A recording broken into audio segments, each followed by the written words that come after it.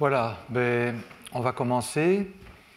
Donc aujourd'hui, il n'y a pas de séminaire, il y a 2 séances de cours, donc c'est une journée un peu marathon de ce point de vue-là. Donc l'idée est de rattraper la leçon qui n'a pas eu lieu la semaine passée. Et le dernier jour prévu donc dans le cadre de ce cours, le 22 juin, il y aura plusieurs séminaires. Donc, notamment le séminaire qui n'a pas lieu aujourd'hui, mais il aura lieu le 22 juin. Et donc aujourd'hui, 2 séances de cours. Et je vais reprendre là où j'étais arrivé il y a 15 jours.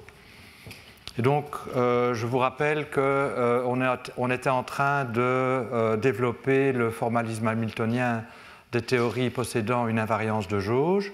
Je vous avais expliqué qu'il y a un problème quand on veut construire le hamiltonien, c'est que la transformation de Legendre est dégénérée, n'est pas inversible. Et donc, les techniques standards de passage à l'hamiltonien ne s'appliquent pas. Et au lieu de développer la théorie générale, je vous avais dit qu'on allait la développer à l'aide d'exemples bien précis. Et comme je suis intéressé par la gravitation en 3 dimensions dans le cadre de ce cours, on avait commencé à étudier la théorie de Chern-Simons à 3 dimensions. Et donc la première chose que je vais faire aujourd'hui, c'est développer un peu plus le lien entre les contraintes. On avait vu qu'il y a des contraintes qui apparaissent dans le cadre de la théorie de Chern-Simons et les transformations de jauge.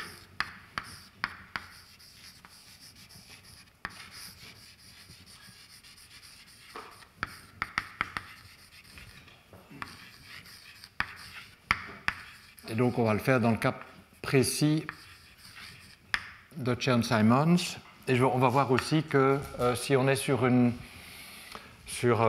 variété qui possède un bord, les termes de surface, on va voir apparaître des termes de surface qui jouent un rôle important.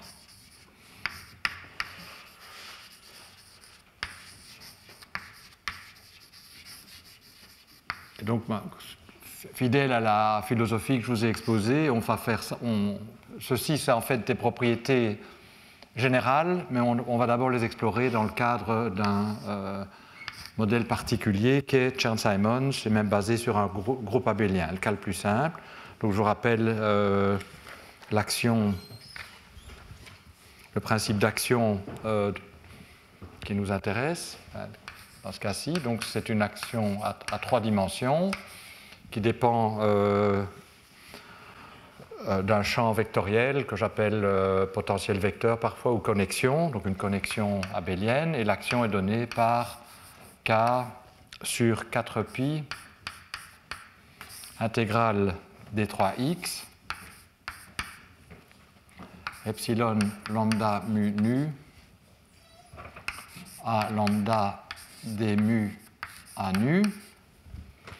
Et parce que ceci est antisymétrisé en mu et nu, parce qu'on a le epsilon, A0 ne possède pas de dérivée temporelle. Et donc c'est ça la difficulté, donc il n'y a pas de moment conjugué à 0. Et on a vu que en fait, cette action étant du premier ordre, c'est très facile de l'écrire sous forme hamiltonienne. Et donc les composantes spatiales et temporelles de la connexion jouent des rôles distincts. Et donc on va les écrire séparément. Donc on a donc les indices grecs dans le cadre de mon cours, prennent les valeurs 0, 1, 2. Les indices latins, les valeurs d'espace 1, 2. Donc on va séparer les indices en 1, 2 et 0. Et donc on avait vu que cette action pouvait se réécrire K sur 2pi, intégrale dx0, donc intégrale d2x, de A2 d0 A1, plus A0 F1,2, donc ce sont des transformations, c'était évident.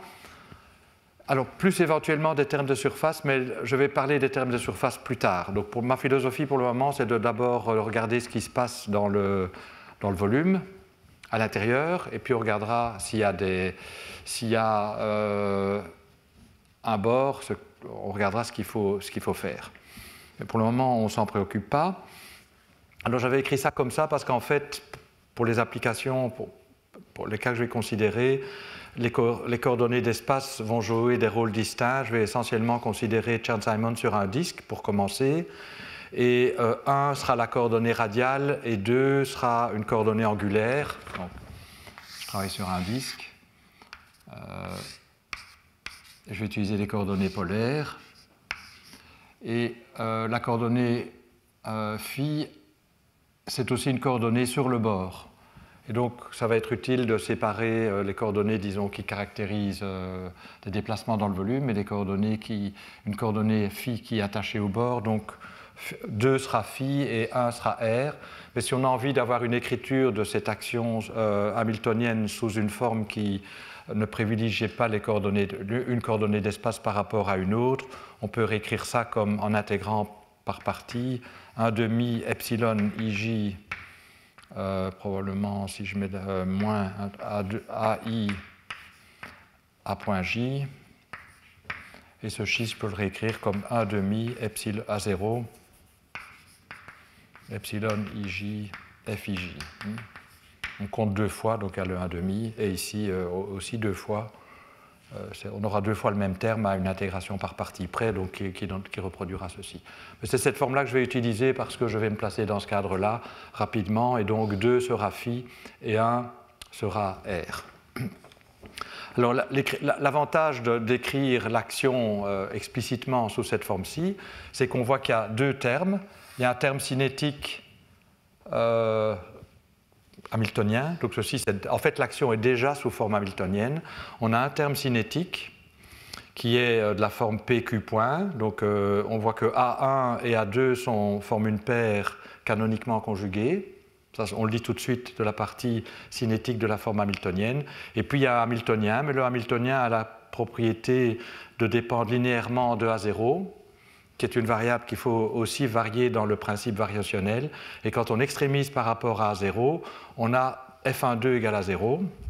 Donc, si je calcule les équations obtenues en extrémisant l'action par rapport à A0, j'obtiens F1,2 égale à 0. Et F1,2 égale à 0, c'est une relation qui n'implique que les variables canoniques, pas leur dérivée.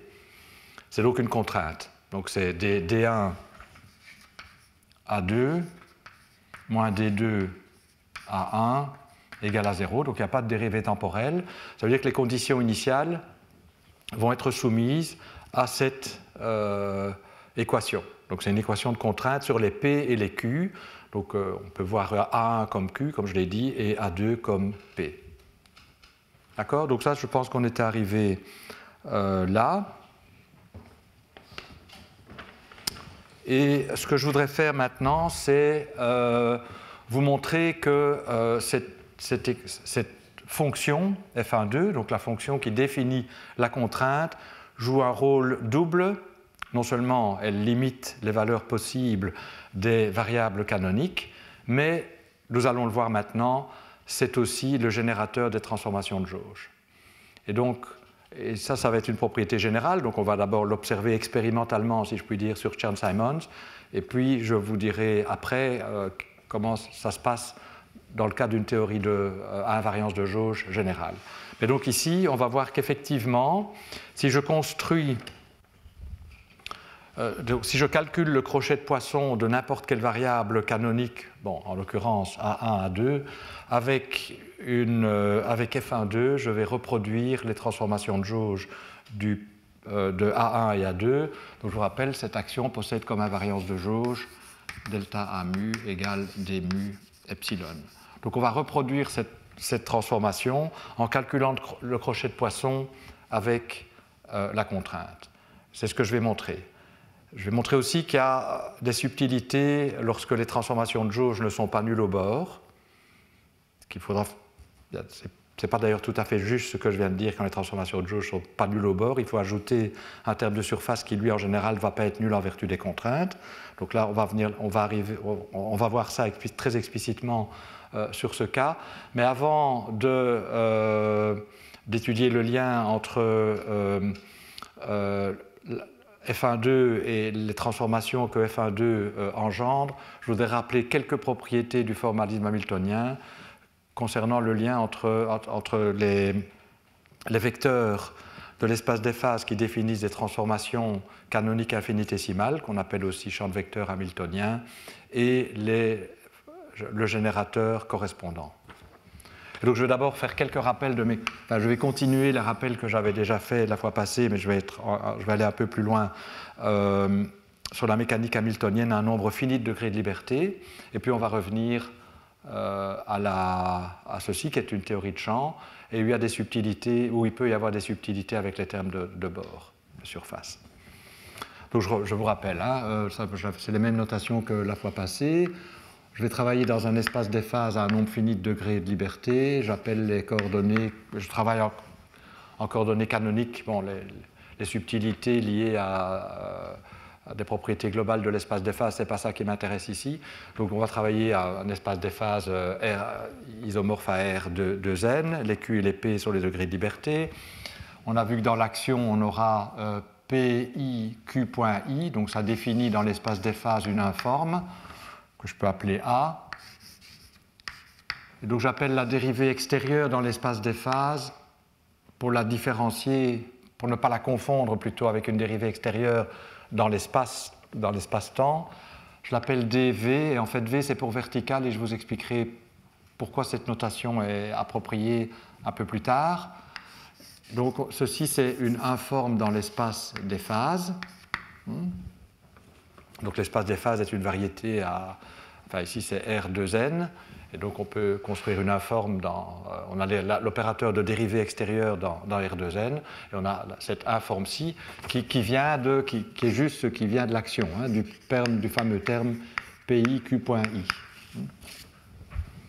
Donc ici aussi on aura une informe dans l'espace des phases qui vient de ceci, qui est A2 D1, DV1. Bon.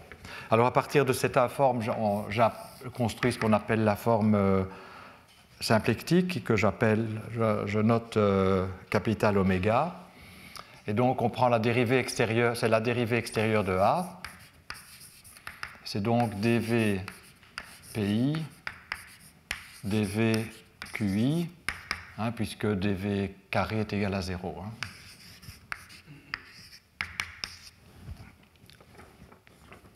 Et donc, par construction, on n'aura que dV oméga est égal à 0. Donc, c'est une forme fermée, en fait, elle est même exacte. Alors, donc ce qui m'intéresse, c'est, pourquoi c'est important cette forme symplectique, c'est parce que c'est elle qui fait le lien entre champ de vecteurs hamiltonien, je vais définir tout de suite, et fonction engendrant la transformation correspondante. Donc, un champ de vecteurs dans l'espace des phases, ça va être quelque chose comme ceci. Donc j'utilise les notations. Donc ça va avoir des composantes. Donc ça va être une combinaison linéaire de vecteurs de base, D sur DQI et D sur DPI. J'appelle les coefficients qui sont des fonctions de l'espace des phases. Donc ça c'est les coordonnées sur l'espace des phases, grand Q et grand P. Alors. Donc un champ de vecteurs, on peut penser ça comme quelque chose qui définit une transformation infinitésimale dans l'espace des phases. Alors on dira que X est hamiltonien.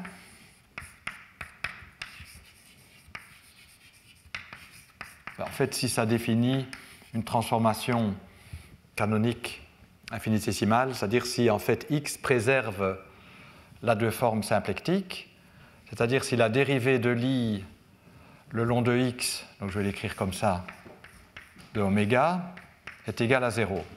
Donc ça veut dire que la transformation infinitésimale engendrée par x ne change pas la structure symplectique. Donc dans ce cas-là, c'est ce qu'on appelle aussi parfois, je l'appellerai aussi comme ça d'ailleurs, une transformation canonique ou symplectique infinitésimale. Et le fait que oméga soit une forme fermée va permettre d'associer au champ de vecteur x une fonction. Alors comment ça marche ? On se rappelle que la dérivée de l'I d'une informe, ça peut s'écrire en termes de la dérivée extérieure et du produit intérieur de la manière suivante. C'est l'anticommutateur de D et de la contraction. Alors peut-être la contraction, donc la contraction d'une deux formes ou d'une n forme par un champ de vecteurs, mais vous remplacez, vous agissez ici, et vous, donc par exemple, je vais l'écrire explicitement, ix oméga, on en aura besoin. Donc vous agissez, vous faites une contraction intérieure, donc vous allez remplacer des VPI par PI.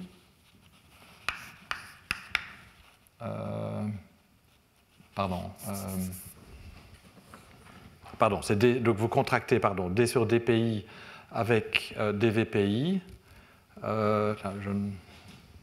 J'aurais dû écrire ça en dessous, voilà, la covariance. Voilà, alors là je suis. Donc effectivement, hein, il y a une note, donc ça va être PI dVQI. Et puis, bon, comme il faut passer à travers, c'est un objet de degré 1, il y a un signe moins dVPI QI. Donc ça, c'est un rappel. C'est la définition du produit intérieur, c'est comme ça qu'on procède. Donc vous contractez ça avec ça et ça avec ça, mais alors il faut faire attention aux signes, mais à part ça, c'est évident. Et donc, on a cette propriété, vous pouvez vérifier ça en général, que c'est vrai. Mais comme oméga a la propriété d'être fermé, seul le premier terme reste. Donc ceci va être dv ix oméga. J'écris comme ça. Et c'est égal à 0. Si x est hamiltonien, si la dérivée de l'I de la deux formes symplectiques est égale à 0, ça c'est égal à 0. Mais du coup, on en tire, puisqu'il n'y a pas de problème de topologie, j'ai un espace de phase trivial, R2n, que ix oméga, c'est dv de quelque chose. Et les conventions hamiltoniennes que je suis sont telles que le quelque chose, je l'appelle moins f. Donc je mets un signe moins ici. Alors cette relation est voilà, donc on a que si x est un champ hamiltonien, de vecteur hamiltonien, cette contraction que j'ai écrite ici est en fait la dérivée extérieure d'une fonction qu'on a appelée moins f. Et cette fonction, on l'appelle la fonction génératrice de la transformation canonique correspondante, ou le générateur de la transformation canonique correspondante, parce qu'on va voir qu'effectivement, la transformation canonique s'obtient en prenant le crochet de Poisson avec f. Donc l'action du champ de vecteur x est reproduite en prenant sur une fonction quelconque, est en fait obtenue en prenant le crochet de Poisson avec f. En fait, on peut même définir le crochet de Poisson comme ça. Donc je vais suivre mes notes pour... je sais pas... Donc je vais définir le crochet de Poisson. En fait, c'est comme ça qu'on procède. Je vais définir le crochet de Poisson. Avant de définir le crochet de Poisson, d'abord des commentaires. Donc vous voyez que si je me donne un champ de vecteur x hamiltonien, donc qui obéit à cette propriété, je peux lui associer une fonction f, mais la fonction f est définie à une constante près, puisque dv agissant, donc le noyau de dv sur les fonctions, c'est les constantes. Donc f est équivalent dans cette équation-ci à f plus constante. Donc, rappelons-nous, je vous donne x, f est déterminé à une constante près. Par contre, si vous me donnez f, je peux calculer moins dv de f, et comme oméga est inversible, je vais écrire ça en composant, donc on verra comment ça marche, grand X est complètement déterminé. Donc la relation qui m'associe à une fonction de l'espace des phases, un champ de vecteurs hamiltonien, en fait, f détermine x complètement, mais dans l'autre sens, c'est à une constante près. Donc vous voyez que les constantes sont annihilées. En d'autres termes, les constantes sont envoyées sur le champ de vecteurs nul. Bien. Donc peut-être écrivons les choses de manière plus explicite, peut-être pour voir un peu effectivement que ceci correspond à ce qu'on a déjà vu. Donc prenons par exemple x, je vais le faire en calculant le crochet de Poisson, ce sera plus parlant. Bon, alors maintenant je vais définir, donc si j'ai deux fonctions f et g, AF va être associé à un certain champ de vecteurs, appelons-le peut-être XF, AG va être associé à un certain champ de vecteurs XG. Je vais définir le crochet de Poisson de F avec G comme étant la fonction obtenue en agissant avec le vecteur XG sur F. Donc en fait, ça c'est juste la dérivée le long de x. Bon, comme c'est des fonctions, la dérivée de l'y, c'est juste la dérivée ordinaire. Donc c'est la dérivée dans la direction de xg de f. Alors le signe moins et le fait que j'agis dans l'autre sens, peut-être, bon, c'est lié à c'est purement conventionnel. Hein. Vous avez parfois d'autres définitions qui disent que ce sera la dérivée de l'y le long du champ de vecteurs associé à f de g, et qu'on va voir tout de suite, ça diffère du signe, par le signe. Hein, parce que ça peut être vu comme la contraction par le vecteur xg de dv de f. Mais dv de f, c'est moins, d'après ce qu'on a vu quelque part, ix oméga, donc c'est moins ixg ixf de oméga. Et donc vous voyez que c'est antisymétrique, hein, puisque oméga est une de forme, enfin, ceci c'est anticommute. Donc effectivement, cet objet-ci est bien antisymétrique. Et je vais vous montrer que ça reproduit bien ce qu'on sait, ce qu'on connaît sur les crochets de Poisson. Donc si j'applique ça, donc ce sont des rappels, hein, je pense. Oui, alors le crochet de Poisson, je le note aussi parfois, mais je pense que j'utiliserai toujours la notation de crochet, comme je serai classique quasi dans tout le cours, comme ça. Ce sera la même chose. Mais parfois, je veux le distinguer du commutateur, et alors il faut faire attention, et c'est mieux d'avoir deux notations. Mais donc, je devrais peut-être d'emblée utiliser celle-ci, mais je ne serai pas très systématique, donc je ne vais pas essayer. Et donc, j'utilise cette notation déjà maintenant. Bon, on verra bien plus tard. Alors, en composants, donc si j'introduis les composants de la deux fermes, donc je vais noter collectivement, comme j'avais fait la fois passée, QI et PI, les coordonnées de l'espace des phases ZA. Et donc j'écris oméga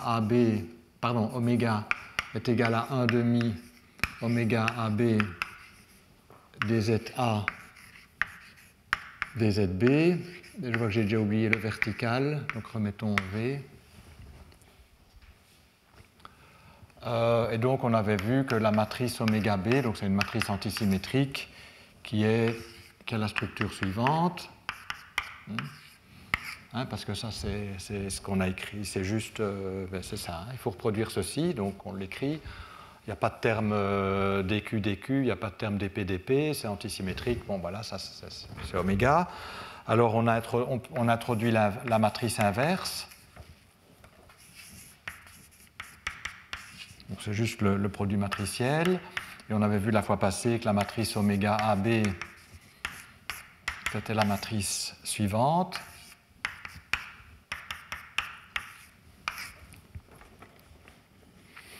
Et les définitions que je vous ai données sont équivalentes à crochet de Poisson de FG est égal à DAF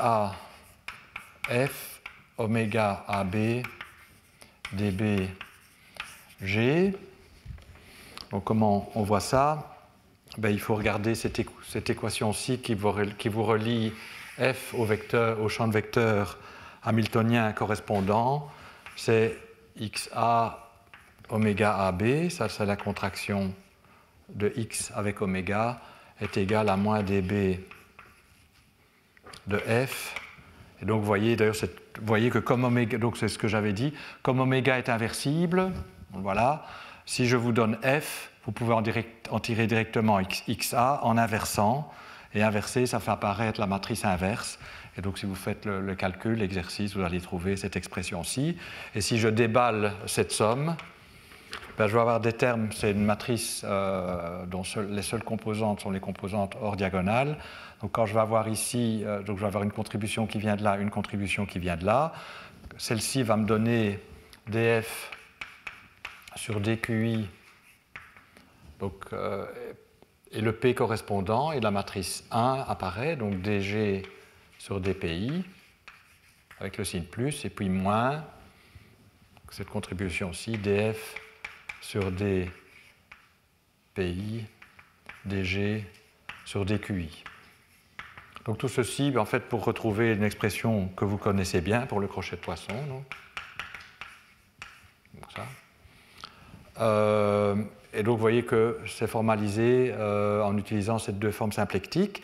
Et on peut montrer que le fait que la deux formes symplectiques est fermée est équivalent à l'identité de Jacobi pour le crochet de poisson.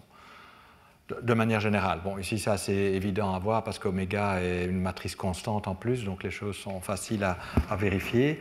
Mais donc, la propriété familière de crochet de poisson qui obéit à l'identité de Jacobi est équivalente au fait que la deux formes symplectiques est fermée. Donc, je fais ces rappels-là parce qu'on va voir que c'est important quand on passe à la théorie des champs. Mais avant de passer à la théorie des champs, il y a encore une chose que je veux dire.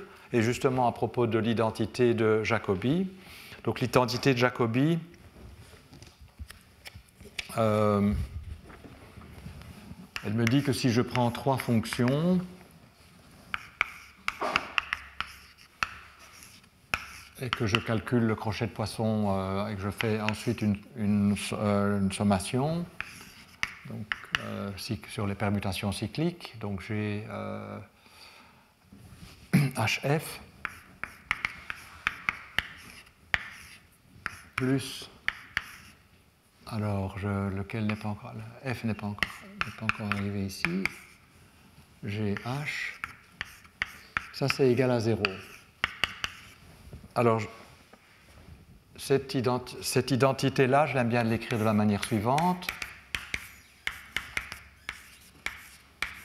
Donc je vais mettre de l'autre côté ces termes-ci. Si je les mets de l'autre côté, ça change de signe. Mais une manière de changer le signe, c'est de se rappeler que c'est antisymétrique. Donc ceci, c'est la même chose que HF G. Et, oui, et ça, c'est la même chose. Donc je le mets de l'autre côté, donc ça change de signe. Mais je vais permuter les deux. Donc je vais avoir GHF. J'ai envie d'avoir H en premier, donc je vais refaire encore un changement de signe. Donc c'est la même chose que H, G, F est égal à 0. Alors ça, vous voyez qu'en fait, c'est la variation de H sous l'action de F, au signe près, par définition. Enfin, c'est comme ça qu'on a, pardon, c'est même pas au signe près. Donc ça, c'est la dérivée de l'I de H, et puis on prend la dérivée de l'I selon le vecteur hamiltonien xg, et ici je vais avoir moins, en fait, le commutateur. Donc on va avoir d'abord la dérivée de l'I selon xg, puis la dérivée la dérivée de l'I de cette expression selon xf. Donc vous voyez apparaître le commutateur des dérivées de l'I. Et ça, on sait que c'est la même chose que la dérivée de l'I le long du crochet de l'I des vecteurs.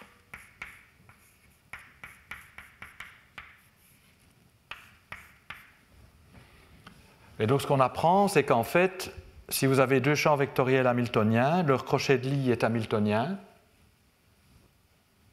Et en plus, la fonction génératrice, alors ça c'est parce que mes conventions de signes sont comme ça, c'est moins... Oui, parce qu'il y a un signe moins dans la définition. Enfin non, pardon. Donc c'est FG, mais dans l'autre sens. Pardon, oui, c'est ça. Donc c'est FG. Donc on voit que pour engendrer cette action-là, il faut prendre le crochet de poisson avec FG. Et donc, vous voyez que la fonction qui engendre la transformation associée au crochet de l'I, c'est c'est moins le crochet de poisson, donc ce sera moins FG à une constante près. Hein, parce qu'on sait que si je connais le champ de vecteur, le générateur est fixé à une constante près. Donc ça veut dire que si par exemple les champs de vecteurs x, g, xf forment une algèbre de Lie, mais ce qu'on sait, c'est que le crochet de poisson des générateurs correspondants va me reproduire cette algèbre de Lie, mais éventuellement à une constante près qui va dépendre des champs de vecteurs. Donc plus une constante, qui en fait on appelle une charge centrale dans ce cas-là, qui va dépendre des champs de vecteurs xg et xf. Mais qui ne dépend pas des Q et des P. Donc c'est une constante de ce point de vue-là. Donc ça, on l'apprend à partir de l'identité de Jacobi. Donc l'identité de Jacobi nous dit que si j'ai une algèbre de Lie qui agit sur mon espace des phases et que je regarde les générateurs correspondants, ces générateurs vont former une algèbre de Lie dans le crochet de poisson, parce qu'ils respectent ça, mais comme les générateurs sont déterminés à une constante près, il peut y avoir une constante qui apparaît quand je calcule le crochet de poisson. On va voir des exemples très, très précis de ça, donc c'est peut-être un peu abstrait, vous pouvez vous demander aussi pourquoi je dis ça.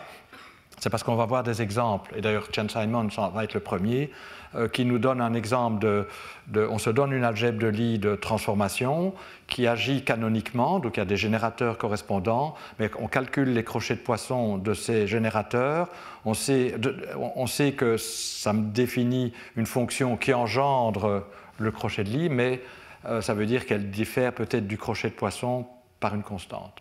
Donc il peut y avoir des constantes qui apparaissent quand on regarde comment l'algèbre est réalisée par le crochet de poisson au niveau des fonctions génératrices. Bien, alors, donc je suis en train de préparer le terrain pour ce qu'on va faire avec Chern-Simons. Alors, donc, la conclusion ici pour des théories à un nombre fini de degrés de liberté, c'est que si on a un champ de vecteurs hamiltonien, il lui est associé une fonction génératrice donc qui engendre la transformation correspondante à travers le crochet de poisson. Et cette fonction génératrice est définie à une constante près. Et inversement, si je me donne une fonction, donc si je me donne G ou F, bon, dans ce cas-ci, c'est avec F que j'ai travaillé, si je me donne F, je peux retrouver le champ de vecteurs correspondant, donc ce serait avec F, en inversant oméga AB. Ce qui est possible parce qu'oméga AB est inversible. Bien, alors je vais vous montrer que quand on passe à la théorie des champs, et Chern-Simons va nous donner un exemple, c'est que si on se donne un champ de vecteurs hamiltonien, donc qui obéit à cette propriété-ci, on peut toujours construire une fonction, un générateur qui est connu à une constante près, mais qu'inversement, il peut exister des générateurs qui ont l'air d'être particulièrement, tout à fait,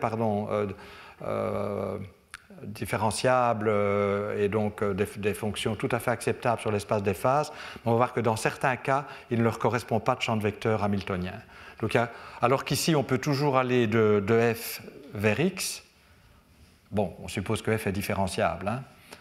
Aller de F vers X, dans le cas de théorie des champs, ça peut être où la notion de différenciabilité est plus subtile qu'on ne pourrait le croire en tout cas, et donc dans certains cas, on ne peut pas passer de F à X, il ne peut pas y avoir de solution à ça.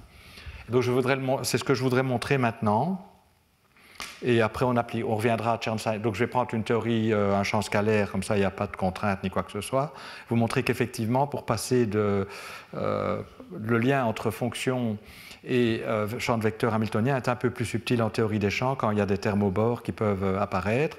Et puis on aura tout ce qu'il faut pour revenir à Chern-Simons. Et comme j'ai envie de garder le tableau là-bas, je vais effacer ce qui est ici. Donc je vais considérer un champ scalaire. Alors j'avais déjà un peu parlé du champ scalaire la fois passée. Bon, ben vous avez en tête les équations, donc je peux faire de la place.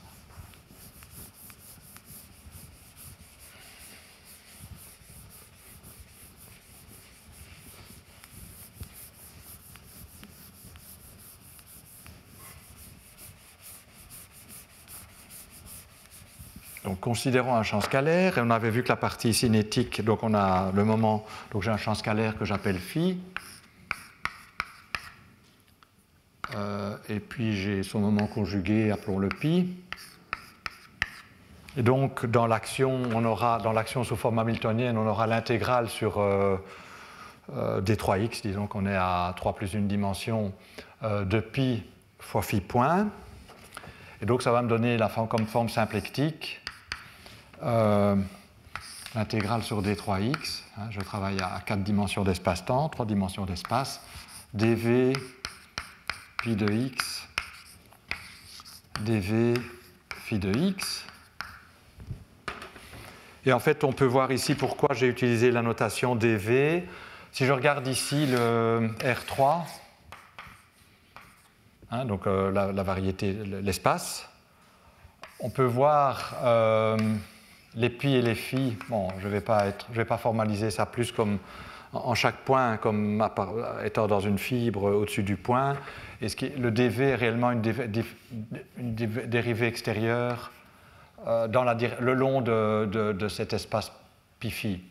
Et ceci serait un DH, un horizontal. Donc, bon, c'est une notation qui est parfois utilisée par les gens qui étudient ce genre de problème, par les mathématiciens qui étudient ce genre de problème. Mais en tout cas, il est bon de distinguer les deux, et pour distinguer, j'utilise cette notation dv. Donc dv, c'est réellement l'équivalent de la dérivée extérieure dans l'espace des phases, c'est-à-dire dans l'espace des pi et des qui. Parfois même on utilise ça, on utilise la notation suivante. Vous trouverez ça dans les livres, parce que ça correspond en un sens à une variation infinitésimale des champs, hein, mais on ne bouge pas à x. Tandis que la dérivée extérieure, disons, d'espace, qu'on note dh, elle, évidemment, elle différencierait pi par rapport à x. Hein. Donc on aurait des dérivées de pi, on aurait des pi virgule i, ce serait la dérivée par rapport à xi de pi, dxi. Mais ce n'est pas ça que je veux dire ici. Donc ça, c'est ce qui justifie la notation. Bon, ceci étant dit, j'efface. Et donc,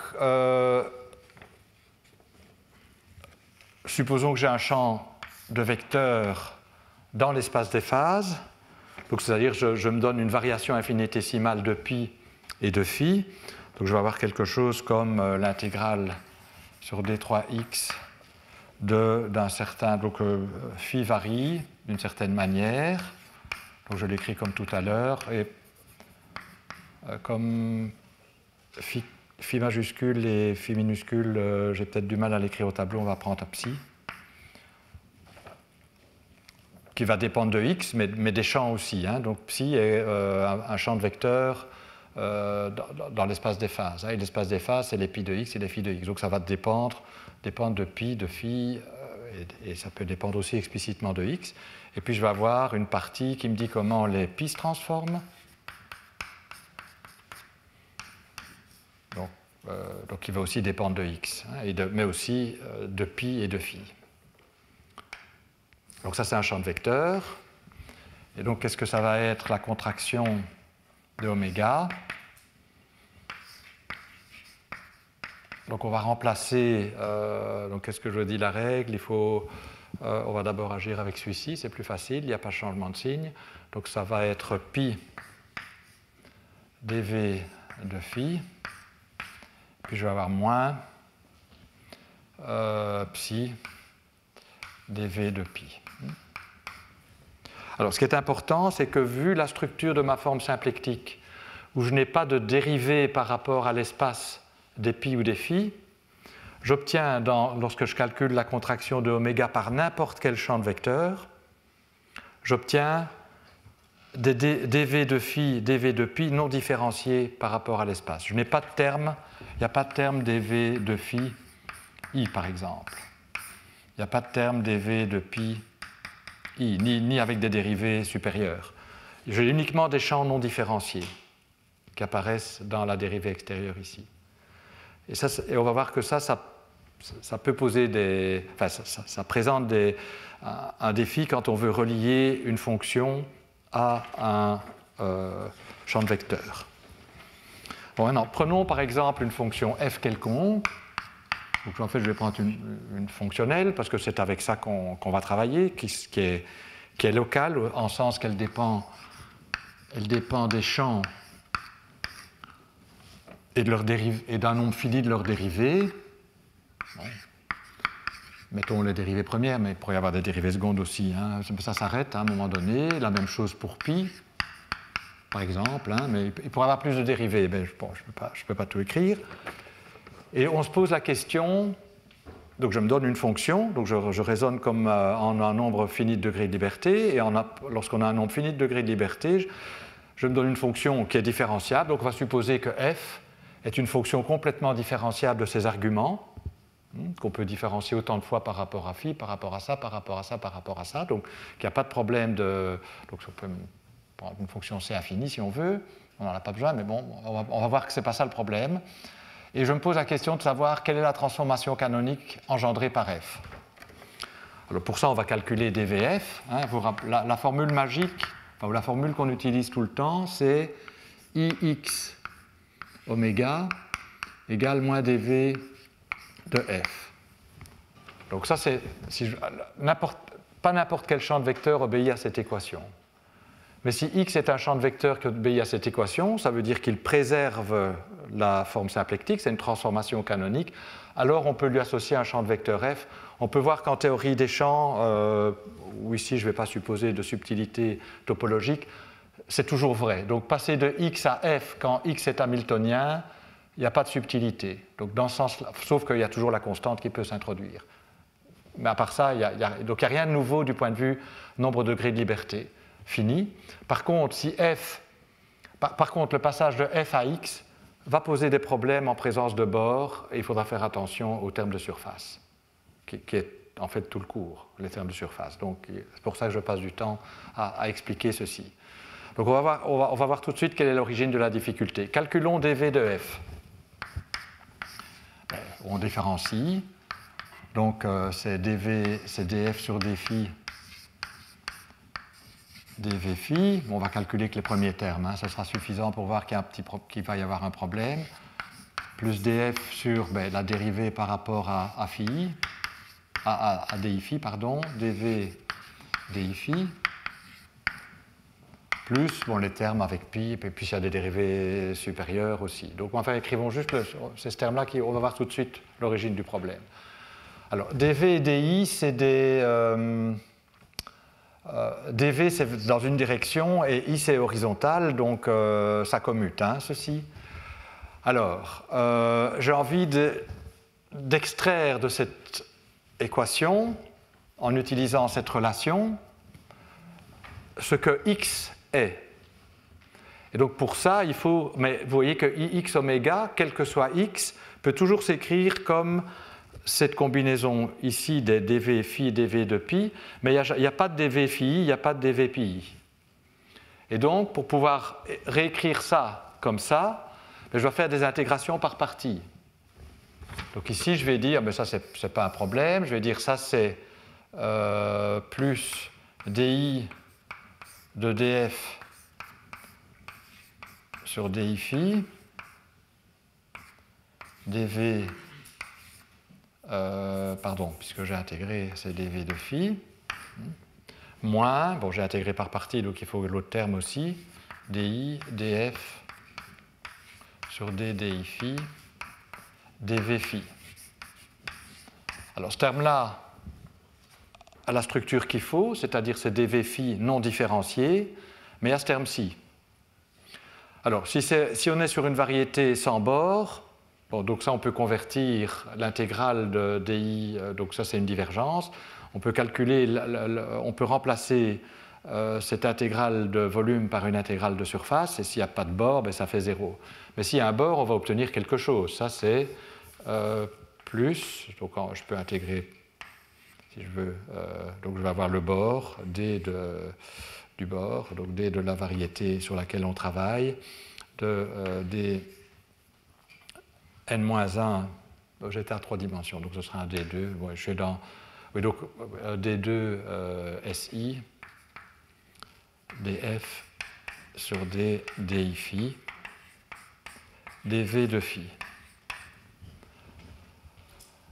Alors, si on veut identifier cette expression à cette expression-ci, au signe près, ça n'a pas beaucoup d'importance, on voit que je n'ai pas de terme là qui correspond à ceci.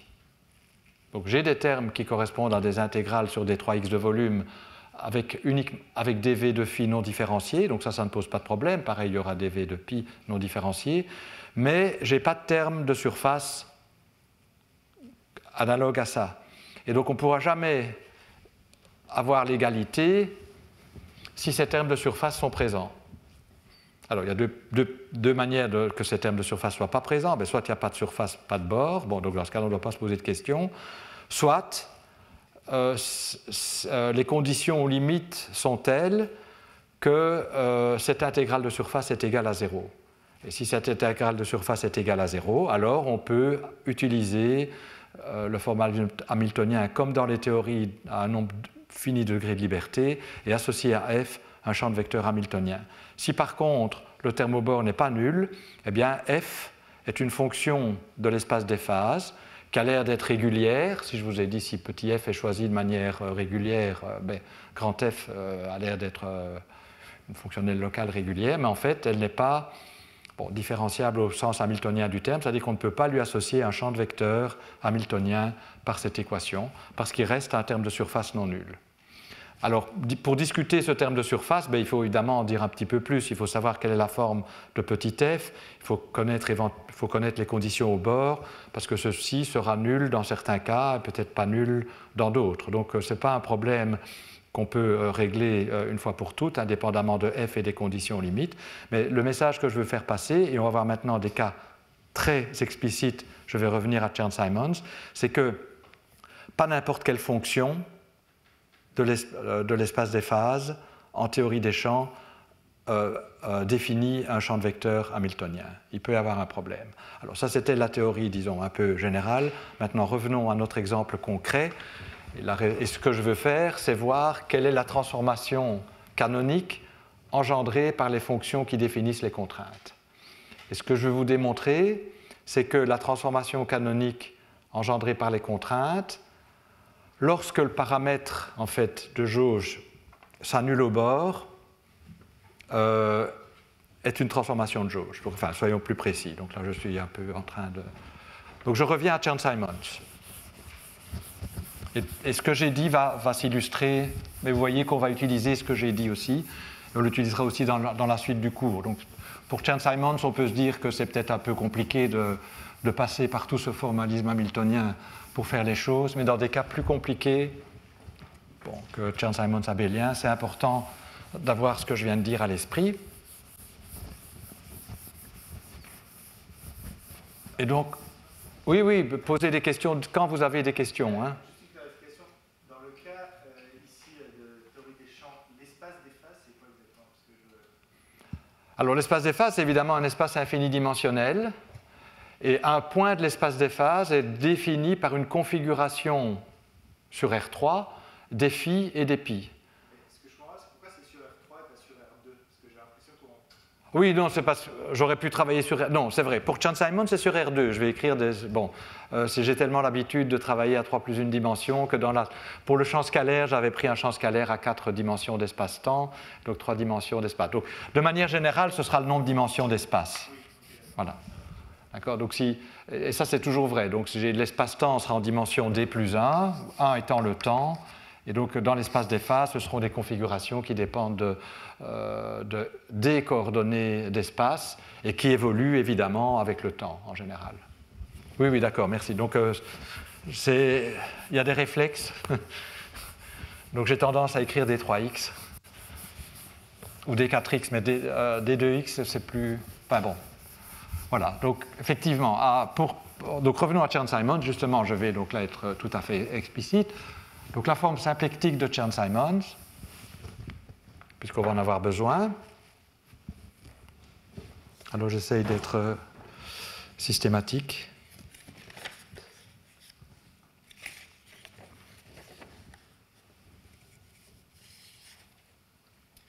Donc la forme symplectique de Chern-Simons, c'est effectivement donc l'espace des phases de Chern-Simons, c'est A1 qui dépend de deux coordonnées. Alors je vais tout de suite prendre des coordonnées polaires et je vais me placer sur un disque, comme je l'ai dit, et A2 de R phi. Et donc c'est A2 c'est A phi et A1 c'est AR. Et donc je travaille, il y a deux coordonnées, comme tout à l'heure, phi et R. Et donc un point de l'espace des phases est déterminé par une configuration particulière de AR comme fonction de R phi sur le disque, je travaille sur un disque, et A phi de R phi sur le disque. Je prends le disque pour vous illustrer, parce qu'il a déjà un bord. On considérera plus tard dans le cours des variétés qui ont plusieurs bords et on verra ce qui se passe dans ce cas-là. C'est amusant et c'est important et intéressant. Mais ici, prenons le cas le plus simple d'une variété. En plus, on ne veut pas se poser des questions à l'infini, donc on va prendre un disque avec un rayon fini, juste pour illustrer les concepts généraux. Et donc voilà, donc ça c'est l'espace des phases. Et la forme symplectique va donc être effectivement une intégrale sur R et phi, donc je vais écrire d de x, de, l'action est là quelque part, dv, il y a même un k sur 2pi. Donc c'est k sur 2pi. Je lis ça d'ici, hein.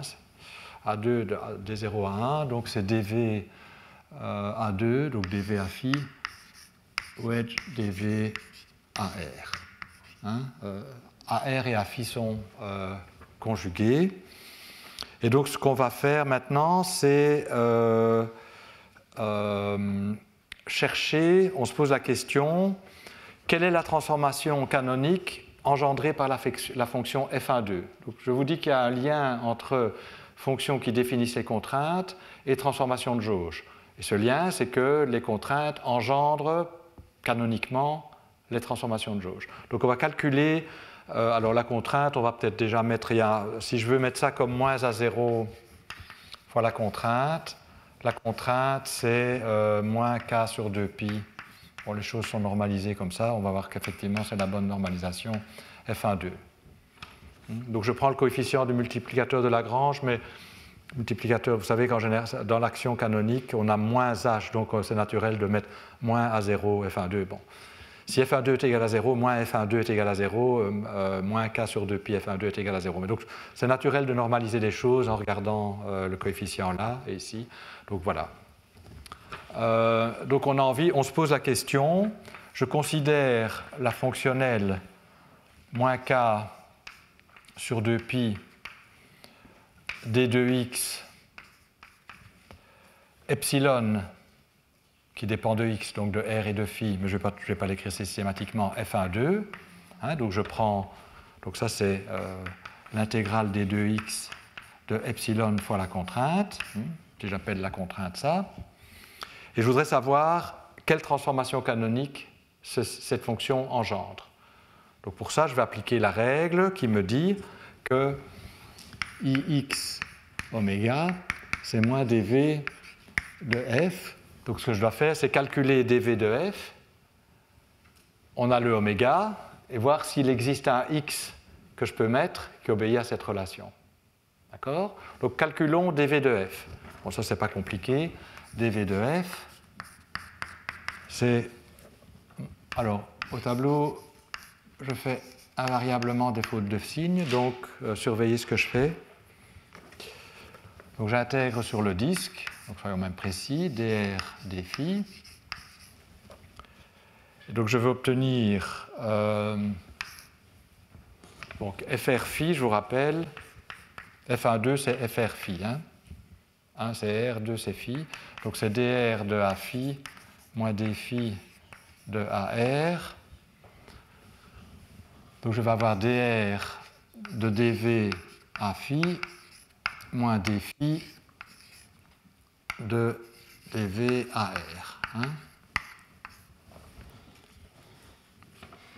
Et j'ai un epsilon quelque part, oui. D'accord ? Donc je calcule ça. Alors, vous voyez que... alors, calculons, parce qu'en fait, il faut comparer ça à quoi ? Il faut calculer ça à x oméga. donc où x va avoir une composante, appelons-la xr, donc c'est la variation infinitésimale de AR, que j'appelle grand XR, plus la variation infinitésimale de A phi, que j'appelle grand X phi. Donc X, ça c'est un champ de vecteurs dans mon espace des phases avec une intégrale sur D2X. Donc ça me dit comment AR varie le long du champ de vecteurs et A phi varie le long du champ de vecteurs par XR et par X phi. Et donc IX oméga, si j'ai un tel champ de vecteurs qui est un champ de vecteurs le plus général, ça va être, où est oméga ici, donc ça va être K sur 2pi. Alors on va d'abord agir avec celui-ci parce que là il n'y a pas de changement de signe, c'est X phi dV AR moins XR dV A phi. Et il y a une intégrale des 2x. D'accord? Et donc ce que je dois faire, c'est comparer ça à ça. Et des 2x et des r des phi, puisque je l'écris comme des r des phi là-bas. Des r des phi ou r des r des phi? Pardon? La mesure sur la mesure des 2x, dr de phi ou r dr de phi? J'ai pas de métrique et en fait c'est une densité, il y a un epsilon. Donc il y a déjà. Oui. Et j'utilise. Bon, c'est dans les. Voilà, d'accord? Oui. Alors, donc je dois comparer les deux expressions. Alors voyons, je veux être sûr que je ne fais pas de faute de signe, parce que sinon l'effet sera raté. Donc, je vérifie avant. Je pense que c'est juste. Hein. D'ailleurs, vous ne vous plaignez pas, c'est que vous trouvez que c'est juste. C'est bien. Bon. Alors vous voyez qu'à nouveau, il n'y a pas de différence de dérivée de AR et de A phi, mais ici on a des dérivées de dV A phi et de dV AR. Donc il faut faire des intégrations par partie. Donc pour mettre cette expression-ci sous cette forme-là, je dois faire des intégrations par partie. Alors je dois intégrer le terme qui va poser des problèmes quand on intègre par partie, c'est le terme en dr.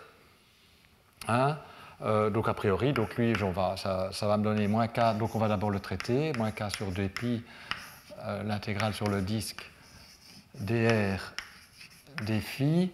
Donc ce qu'on va faire, c'est on intègre par partie, donc on dit que c'est dr de ça moins dr de epsilon fois dv à phi. Donc je vais peut-être d'abord écrire celui-ci, dr de epsilon dv à phi.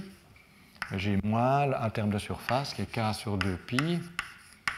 Enfin, le terme de surface, on peut l'écrire tout de suite. Hein. Le seul bord, c'est ici. Donc en r égale à 0, il n'y a rien. Et je suppose que mes champs sont réguliers, etc. Donc le terme qui vient de r égale à 0, puisque j'intègre de 0 à r1, ne me donne rien. Donc j'ai que le terme en r égale à r1. Donc je vais avoir en r1 des phi de epsilon dv de A phi. Si je ne me trompe pas, j'ai ça, avec les signes qui ont l'air d'être bons.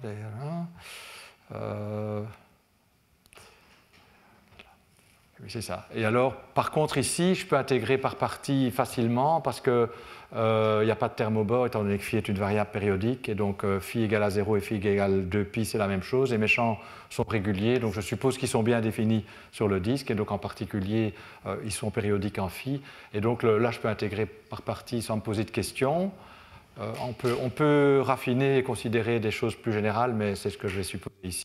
Et donc, lorsque j'intègre par partie, je vais avoir moins par moins, c'était déjà plus, donc ça va être moins k sur 2pi d phi de epsilon dv de AR d2x, oui, là j'oublie dr d phi. D'accord? Donc là on se met en r égale à r1. C'est une intégrale sur le bord. Bien, alors on voit que ces deux termes ici, ils ont la bonne structure. Donc si en fait on ne se pose pas de questions sur le terme aux limites et qu'on regarde les termes à l'intérieur du disque, ben on va dire ah ben c'est facile, je vois dV de AR ici et je vois dV de AR ici, et la relation c'est que x oméga doit être égal à moins dV de F, et donc on va obtenir que x phi, en comparant ces termes-ci et en se souvenant qu'il y a un signe moins dans la comparaison à mettre, il y a k sur 2pi des deux côtés, c'est d phi de epsilon. Donc la variation infinitésimale de a phi, c'est d phi de epsilon. Et puis je compare ce terme-ci avec ce terme-là. Là, il y a déjà le signe moins, donc je vais obtenir que x r, c'est dr epsilon. Donc vous voyez, donc ça c'est la variation infinitésimale des potentiels vecteurs. Ça me reproduit bien ceci pour la partie spatiale. Je vous dirai un mot sur la partie temporelle après. Et donc effectivement, on obtient une transformation de jauge. Mais on obtient une transformation de jauge que si ce terme-ci est absent. Ou enfin, qu'est-ce qu'il faut? Ce terme-ci, en général, ne va pas être égal à 0. Ce terme-ci, ben, si epsilon n'est pas nul au bord, et ça c'est des variables qui ne sont pas restreintes au bord, en général, ceci va être non nul. Donc si epsilon, le paramètre de jauge, n'est pas nul au bord, f, tel qu'il est, la fonction f ici, ne me définit pas, donc ici, pardon, ne me définit pas une transformation canonique. Mais on peut facilement remédier à la situation en observant que ceci, en fait, c'est moins k sur c'est moins dv, écrivons ça comme ça, même plus dv, écrivons moins, peut-être on va mettre un moins, ça c'est quand même mieux, moins dv de k sur 2pi intégrale d phi epsilon a phi. Bon, le dv ne touche pas à epsilon, hein. Epsilon dépend des x, et dv agit sur les champs, hein. Donc dv et dh, c'est pas pareil, donc c'est pour ça que je peux le sortir, je vais faire passer à travers.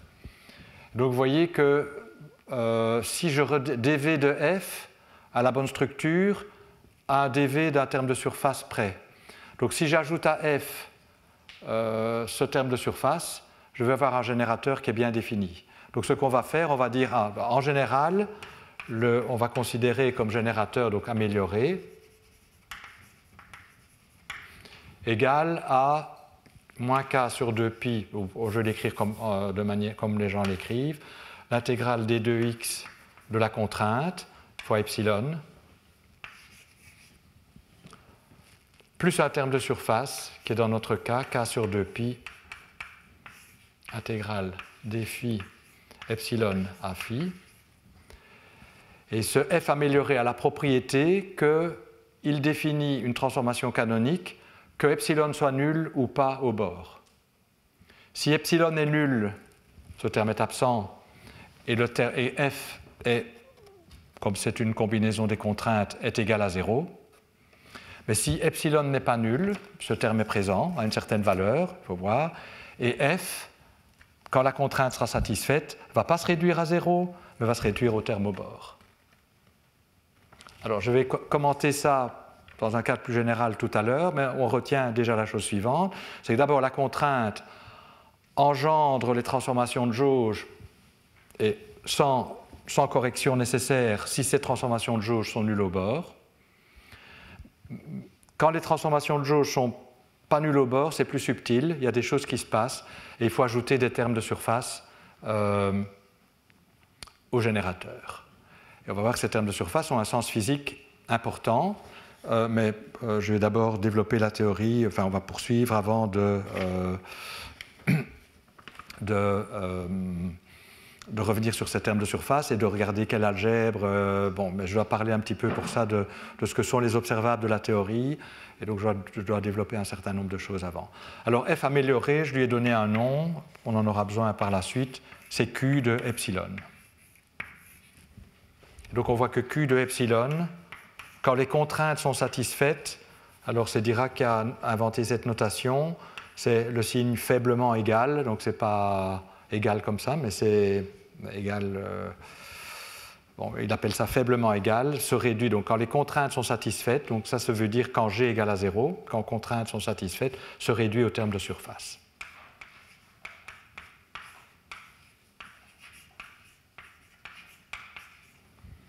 Mais en général, quand la contrainte n'est pas satisfaite, il faut un terme proportionnel à la contrainte.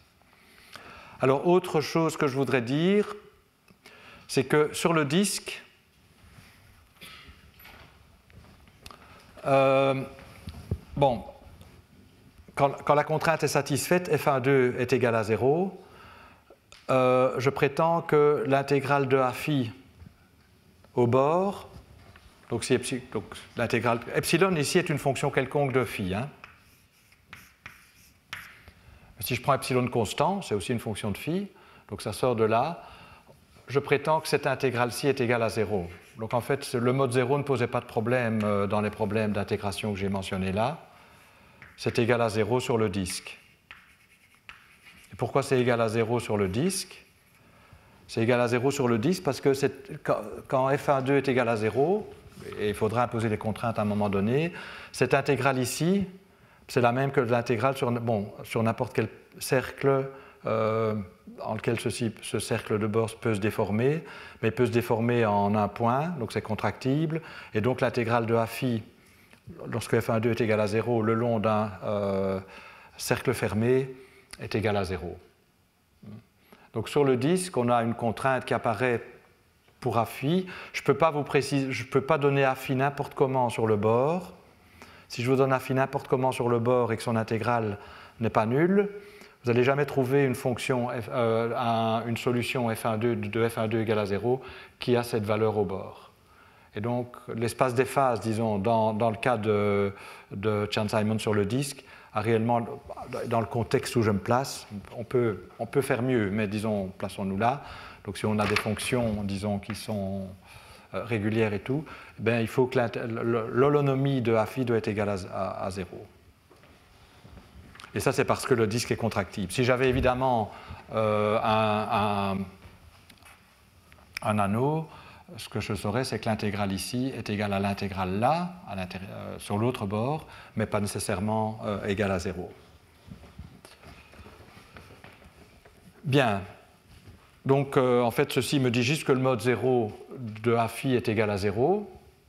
Donc, effectivement, si epsilon est constant, on n'a pas de problème, en fait, du type que j'ai invoqué. Mais si epsilon est une fonction non triviale de phi, donc les harmoniques supérieures, ceci sera non nul en général, et donc il faut faire cette correction. Il faut améliorer. Bien, est-ce qu'il y a des questions là-dessus?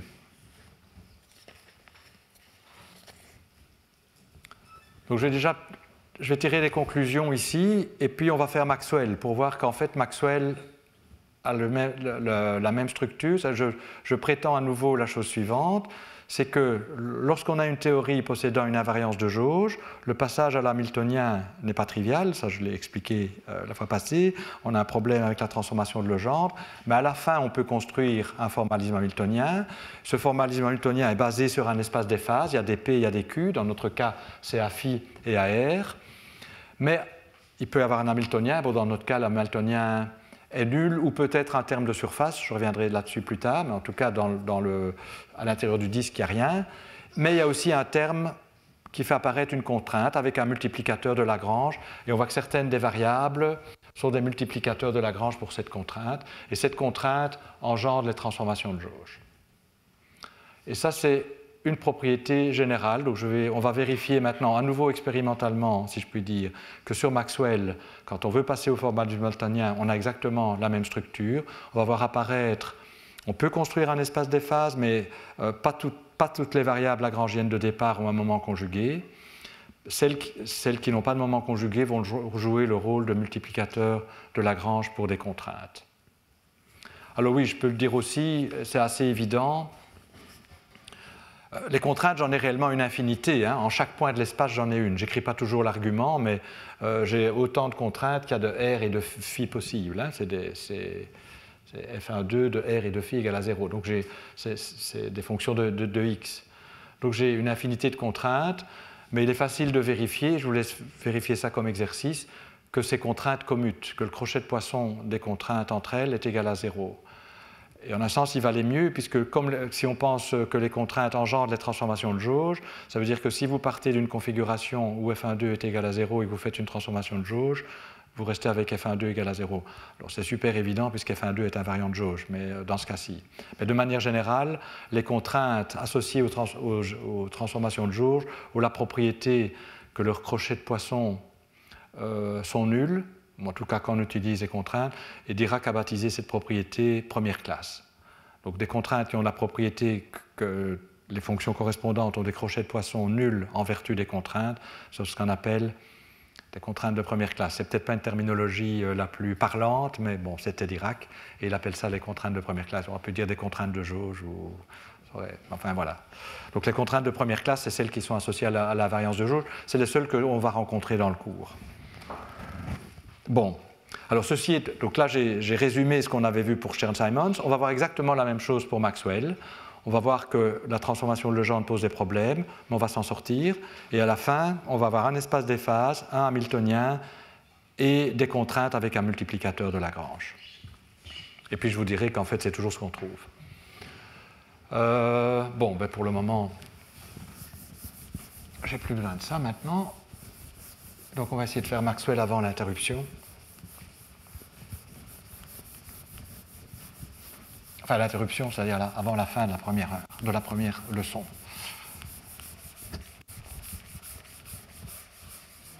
Donc essayons d'écrire à nouveau l'action de Maxwell sous forme hamiltonienne. Donc Maxwell, je vais travailler à 4 dimensions parce que, comme quelqu'un l'avait observé, j'ai tendance à écrire des 3x de toute façon. Donc bon. Donc c'est moins un quart, là c'est d4x, donc dt d3x, f mu nu, c'est le même f mu nu que tout le temps, c'est-à-dire d mu à nu moins d nu à mu, on va peut-être écrire un grand 1, et donc a mu est strictement invariant de jauge, donc quand on transforme A mu comme ceci, c'est invariant, et donc l'action est invariante, quel que soit epsilon, donc il peut être une fonction arbitraire du temps, donc c'est typique d'espace bien sûr, mais aussi du temps, donc c'est un système qui possède une invariance de jauge.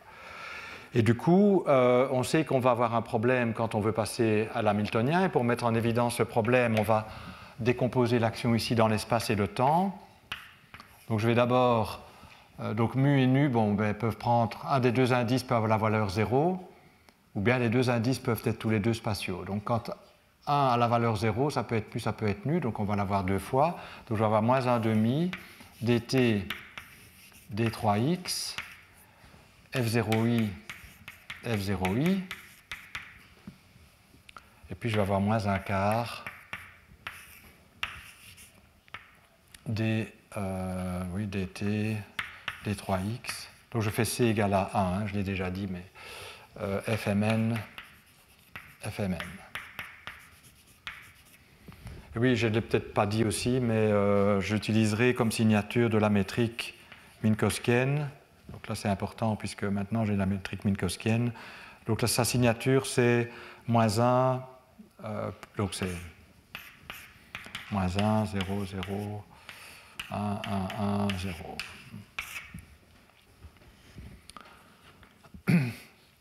Alors, vous voyez la difficulté tout de suite. Donc, ceci, il n'y a pas de dérivée temporelle, donc c'est plus comme une énergie potentielle. Donc, ça ne contribue pas à la transformer de Legendre. Donc, les dérivées temporelles, elles sont ici. Mais les dérivées temporelles qui apparaissent, c'est d0 à i, moins di à 0. Et donc, en particulier, il n'y a pas de d0 à 0. N'apparaît pas. Et donc, si vous calculez le moment conjugué à A0 de cet hamiltonien-ci, vous obtenez 0, qui typiquement n'est pas inversible. Donc, on ne peut pas exprimer A.0 en fonction des moments conjugués, parce que le moment conjugué correspondant à 0 est égal à 0. Par contre, si je calcule les moments conjugués à i, donc je dérive ceci par rapport à 0i, mais là vous voyez ça apparaît quadratiquement à 0i, et donc on va obtenir, j'ai un moins 1 demi, je vais obtenir moins F0i. Et ça, je peux l'inverser pour exprimer, bon, donc ça va être D0AI moins DI à 0. Donc je peux l'inverser pour exprimer les vitesses D0AI en fonction des moments. Donc l'idée, je ne vais pas utiliser le formalisme général de Dirac pour traiter ce problème, je vais dire, puisque A0 résiste et n'a pas de moment conjugué, dans la transformation de Legendre, je vais traiter A0 comme une variable observatrice, enfin passive. Je vais faire la transformation de Legendre juste sur AI point et PI, ce que je peux faire puisque c'est inversible. Et donc là, j'applique les formules standards du formalisme hamiltonien. Et donc là, je vous laisse faire comme exercice voir ce qu'on obtient. On va obtenir un hamiltonien. Donc qu'est-ce qu'il faut faire? On définit les PI, c'est défini. Puis on calcule PI A point I moins L, ça définit le hamiltonien en fonction des pi et des A. Et puis l'action hamiltonienne, c'est PI A.I moins H, le H étant défini comme ça, exprimé en fonction des moments. Donc, une fois qu'on a fait tout ça, qu'est-ce qu'on obtient comme action? Donc je vais vous l'écrire. Alors A0 vient, on le traite comme un paramètre extérieur, si vous voulez, mais c'est une variable qu'il faudra quand même. C'est pas un paramètre parce qu'il faut l'extrémiser par rapport à 0, mais on peut faire tout ça sans introduire de moment conjugué à 0. Et en fin de compte, qu'est-ce qu'on va obtenir? Je vais l'écrire. Peut-être que je n'ai pas besoin d'autant. Bon. J'écris tout de suite l'action de Maxwell sous forme hamiltonienne, donc là je vous laisse remplir les détails. L'action hamiltonienne de Maxwell, donc elle va dépendre de AI, de son moment conjugué, oui, qui soit dit en passant, j'aurais dû le dire, c'est le champ électrique. Donc le moment conjugué au potentiel vecteur dans la théorie de Maxwell, c'est le champ électrique. Ce n'est pas vrai dans Chern-Simons, on a vu que le moment conjugué à AR, c'était à phi, mais dans la théorie de Maxwell, le moment conjugué à R, c'est le champ électrique radial.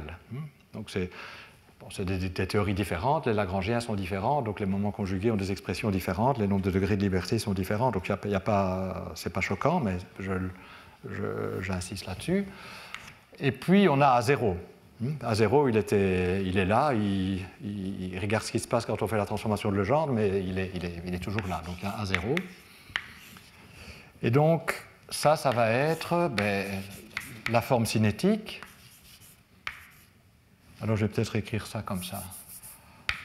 Un D3X, mais je mets tout.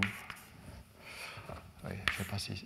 Il y a probablement des parenthèses superflues, mais ce n'est pas grave. AI, PI A.I, qui est le terme cinétique standard en hamiltonien, moins, et je vais vous expliquer ce que c'est, moins A0 fois G. Donc A0 apparaît linéairement dans l'action hamiltonienne multiplié par. Plus éventuellement des termes de surface, mais ça je les discuterai à nouveau plus tard quand on va regarder l'action des contraintes. Donc à des termes de surface près qu'il faudra étudier soigneusement, voici l'action. Et donc je ne vous ai pas dit quand même ce que c'était H, donc il faut que je le dise. H, c'est la densité d'énergie, ce n'est pas surprenant, donc c'est le E carré plus B carré. Le champ électrique E, c'est pi, donc on va avoir 1,5 pi carré. Et puis B carré, la densité d'énergie magnétique, mais B c'est Fmn, donc c'est plus un quart. Donc en fait, il apparaît dans le hamiltonien, c'est normal, c'était l'énergie potentielle. Et G, c'est moins DI pi. Donc la divergence du champ électrique. Donc rappelez-vous, PI c'est le champ électrique, donc c'est la divergence du champ électrique, champ électrique au carré, champ magnétique au carré, donc c'est des expressions qu'on reconnaît, enfin peut-être moins ceci, sauf qu'on sait qu'il y a une équation de Maxwell qui dit des choses sur la divergence, et donc en fait vous voyez qu'effectivement l'équation de Maxwell qu'on connaît, que la divergence du champ électrique est égale à 0 en l'absence de source, elle est obtenue en variant l'action par rapport à 0. Puis la densité d'énergie qui va engendrer le mouvement, et on a la partie cinétique qui me dit que pi est le moment conjugué à AI, et donc la forme symplectique va être, je dis ça d'ici, d3x, dv pi, dv AI. Et à nouveau, on n'a que des pi et des a non différenciés qui apparaissent. Donc quand on va commencer à s'intéresser aux termes de surface, il faudra faire attention. Enfin, on aura le même type de difficulté que tout à l'heure avec Chern-Simons. Ça, c'est la densité d'énergie. Et ceci, donc, on voit que la contrainte qui dit que G égale à 0, c'est la loi de Gauss.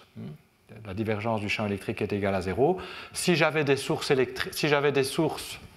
donc s'il y avait un champ chargé, bon, ça c'est la loi de Gauss quand il n'y a pas de charge, mais j'aurais un terme dans l'hamiltonien, dans le lagrangien qui est 1 mu G mu, c'est-à-dire A0 fois la densité de charge.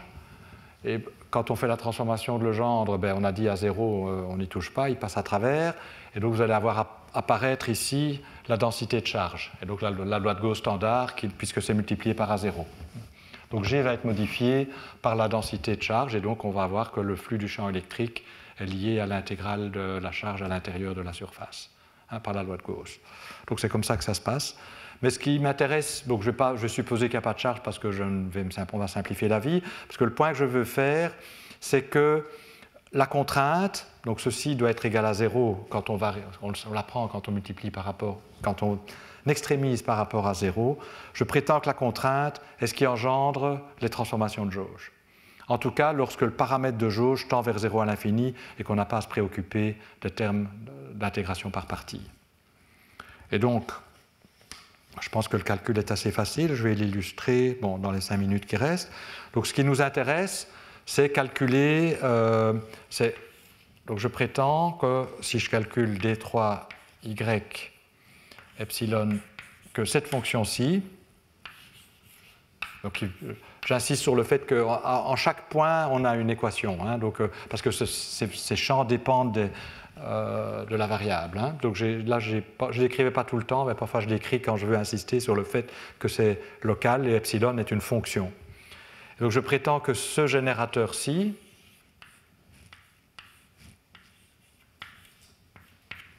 donc qui est obtenu en prenant la contrainte, en la multipliant par un paramètre quelconque, plus éventuellement des termes de surface, et on va tout de suite les déterminer, est le générateur des transformations de jauge, c'est-à-dire de la transformation qui est ici. Ah oui, alors j'aurai le temps aussi de dire comment on retrouve la loi de variation de A0. Bon, je le dirai.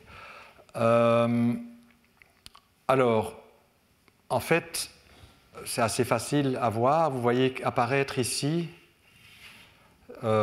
moins epsilon di pi. Donc, si vous intégrez par partie, c'est moins. Donc, il va y avoir un terme de surface. D'abord, j'écris le terme de volume qui sera plus di epsilon pi moins di epsilon pi. D'accord? Alors, ceci se transforme en un terme de surface. Donc, rappelez-vous, ce qu'il faut faire, c'est calculer la dérivée extérieure de Q. Et donc, on va avoir un dv pi qui va apparaître, mais qui peut s'écrire lui-même comme le dv de quelque chose. Donc, même si ceci n'est pas nul, je pourrais trouver un terme de surface dont la variation compense éventuellement ça. Mais supposons qu'epsilon soit nul, comme ça on ne doit pas se poser la question. Vous voyez qu'effectivement, le générateur Q epsilon contient les moments conjugués linéairement multipliés par le gradient de epsilon. Donc si j'applique ma machinerie qui utilise le fait que pi est le moment conjugué à A, et donc la machinerie, c'est cette fameuse équation dv de f moins est égal à ix de oméga. Donc si j'applique ça dans ce cas-ci, je vois que AI est conjugué à pi, et vous voyez que ceci dépend de pi. Donc vous allez voir que la transformation de AI engendrée par ceci, c'est moins le gradient de epsilon, puisque ça voit AI voit pi, et donc je vais obtenir moins di epsilon. Donc je vais reproduire la transformation de jauge, en tout cas lorsque epsilon est différent de 0, est nul au bord. Si epsilon n'est pas nul au bord, je vais reproduire cette transformation, mais je vais devoir corriger le générateur en ajoutant un terme de surface qui va compenser ceci. Donc le terme de surface, on voit tout de suite ce qu'il faudra ajouter. C'est l'intégrale sur la 2 sphères, enfin je suppose que j'intègre sur une sphère, donc le bord de la sphère, sur une boule sphérique, pardon, et donc sur la sphère du bord, je vais obtenir D2SI epsilon pi, que je dois ajouter de manière à ce que lorsque je calcule dV de ça, ça va compenser ce qui sort de l'intégration par partie. Donc le générateur, écrivons-le tout de suite, c'est ça, c'est ceci. Et donc je suppose, si par exemple je prends tout l'espace, donc ceci va être la 2 sphères à l'infini, je suppose que même si epsilon est constant, pour que ceci converge, il faut que pi obéisse à des conditions de décroissance appropriées. Hein. Il y aura des conditions limites à imposer, on regardera ça plus tard. Mais ce que je veux dire ici, et c'est le point central, c'est que si epsilon est nul au bord de manière à ce qu'on ne doive pas se préoccuper des termes au bord, effectivement, cette fonction-ci qui s'annule en vertu des contraintes, en fait c'est une combinaison des contraintes avec une fonction arbitraire comme coefficient, engendre la transformation de jauge. Et donc on a à nouveau cette relation de ce rôle dual joué par les contraintes, que les contraintes, c'est des contraintes, elles ne me permettent pas, hein, c'est des contraintes, elles me disent que pi ne peut pas être n'importe quoi, le champ électrique ne peut pas être n'importe quoi, il doit obéir à la contrainte, mais en plus, ça engendre la transformation de jauge. Alors, peut-être 2 choses à dire encore. Première chose, comme les fonctions qui définissent les contraintes ne dépendent que des moments conjugués, et que le crochet de Poisson des moments conjugués avec eux-mêmes, c'est 0, hein, ils sont conjugués à A, mais il n'y a pas les crochets, si vous calculez la matrice des crochets de Poisson, pi avec pi c'est 0, mais c'est évident que ces contraintes à nouveau sont de première classe. Le crochet de Poisson de 2 contraintes à des points distincts, qui n'est pas nécessairement nul par antisymétrie. Hein. Quand c'est au même point, c'est clair que c'est nul, mais si c'est à des points distincts, ce n'est pas nécessairement nul. Eh bien, en fait, il est nul dans ce cas-ci. Donc, ce qui est à nouveau normal, si vous faites une transformation de jauge et que vous êtes sur la surface, disons, dans l'espace des phases défini par la contrainte, vous n'en sortez pas. Hein, c'est clair, en fait, c'est F0i, c'est un invariant de jauge, donc c'était normal. Et l'autre chose que je voudrais dire, et je vais juste être un peu donner l'idée sans entrer dans le détail des calculs, comment retrouve-t-on la loi de transformation de A0 ? Hein, je vous ai dit la transformation de jauge pour AI, oui c'est bien, ça me donne ça. On obtient bien que delta de AI c'est DI epsilon. Comment est-ce que je sais que A0 doit se transformer avec des zéros de epsilon? Alors ça sort directement de l'invariance de l'action. Si vous me posez la question, comment est-ce qu'il faut transformer A0 pour que l'action hamiltonienne soit invariante, vous allez voir que comme ceci n'est pas strict, bon, AI n'est pas invariant de jauge, donc ceci va va donner quelque chose quand vous faites une invariance de jauge, mais on peut voir facilement, ça va me donner ça. Et donc on peut voir qu'en intégrant par partie, ça peut se transformer. Bon, on aura. Oui, à nouveau, il faut faire attention à l'infini, mais disons, je vais pouvoir le transformer en epsilon point, enfin la loi de Gauss. Et donc je pourrais compenser la variation de ce terme par une variation du multiplicateur de Lagrange qui va être précisément proportionnelle à epsilon point. Et ça, c'est la règle générale. La loi de transformation des multiplicateurs de Lagrange, elle sort directement de l'invariance de l'action. Et en fait, c'est à nouveau le terme cinétique qui va vous dire que quand on regarde la variation du terme cinétique, on peut faire apparaître les contraintes, et donc ça peut être compensé par la variation des multiplicateurs de Lagrange. On a la même chose pour Chern-Simons, je ne l'ai pas vérifié explicitement, mais c'est une règle générale.